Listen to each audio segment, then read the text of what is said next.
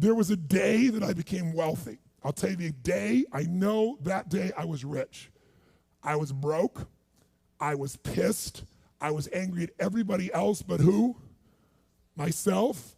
But really underneath it, I was mad at myself. I just couldn't beat myself up anymore, so I was pissed. And I had a friend that I loaned money to when I had barely enough, and I knew he needed it, and I gave him $1,200, and I'm here not able to eat. I'm down to like $25, $26, and I'm saying to him, calling him, and he's not returning my call, and I just need some money, and he's ignoring me. I didn't ignore him then, so I'm pissed. I'm frustrated. In the midst of all this, I'm also pragmatic. I got 25 and change, call it $26. What the hell am I gonna do? I don't have any plans for economics. I got overhead that's crazy. I'm living in this little tiny apartment, 400 square feet in Venice, California. So I thought, okay, when I was totally broke early on, when I was 17, I used to save my money up and go to the smorgasbord and load up for Christmas, load up for the week. So I said, I was in Venice. I'm gonna go over to Marina del Rey, where all the yachts are, and there's a place there called El Chorrito. And I'm gonna go, they have an all-you-can-eat smorgasbord. I'm gonna load up for the winter. I'm gonna get there. So I didn't drive there because I wasn't gonna spend the gas to get there, plus I needed to walk, so I walked there.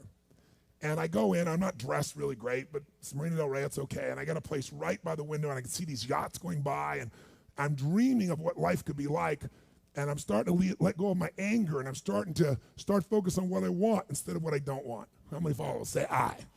And that shifted me just a bit. And now I'm eating, which shifted me a lot. And I got this giant plate stacked up.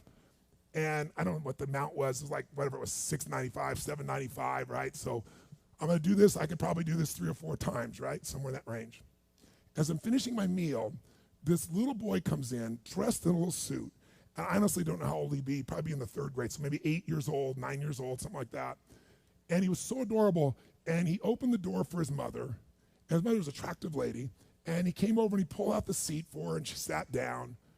And she was a pretty lady, but as pretty as she was, I was totally obsessed by this boy. He had presence at 7 or 8 years old. And it moved me. I don't know why, it moved me. And I thought, this kid is like pure. I want him to always be this way. He's such a good kid, he's a giver. So I got up and I paid for the meal, and whatever it was, $6, $7. So now I've got whatever left, $17, $18, $19. And I walk up to this little boy, and I said, excuse me. And I said, I just want to acknowledge you for being such an extraordinary gentleman. I said, I saw the way you treated your lady, how you opened the door, how you pulled the chair out. I said, that's class. I said, my name's Tony, what's yours? I don't honestly remember his name, Charlie or something. And he looked up at me and I said, Charlie? I said, that's amazing, taking your date out for a lunch like this. He goes, well, actually, she's my mom. And I said, that's even more cool. And he said, oh, but I'm not taking her lunch because I think he said he was 8. I said, oh, yes, you are. I had no plan for this. I just reached in my pocket. I took all the money I had left, $17, $18, $19, and I put it on the table. I said, you're taking her to lunch. He looked up at me and he goes, I can't take that. I said, sure you can. He said, why? Because I'm bigger than you are. And he smiled real big, and I didn't even look at his mom. I just turned and walked away. And I didn't walk out of that door. I flew home. I should have been freaking out. How the fuck am I gonna eat? But I didn't. I flew because something inside of me had finally got past scarcity. Had finally realized there's something inside of us more than our limits, especially around this thing called money that I had let terrorize me. And I got home, and the mailman came that day, and I had no idea how I was going to have my next meal. And a letter comes, and it's from the guy I loaned the money to. Handwritten notes saying, I've been avoiding you. It's wrong. I'm so sorry. You were there when I needed you. Here's what I owe you plus a little bit more. And the $1,200 was there plus another $100 for the time that I had to take care of it.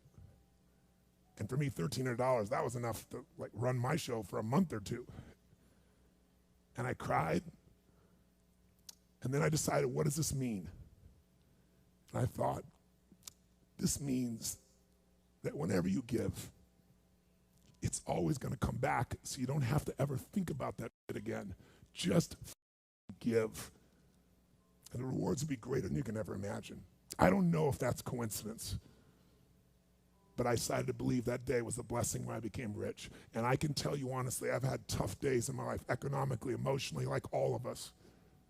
But I've never gone back to that scarcity. I never will. The secret to living is giving. Do it when you don't have it, and I promise you, scarcity will leave your life.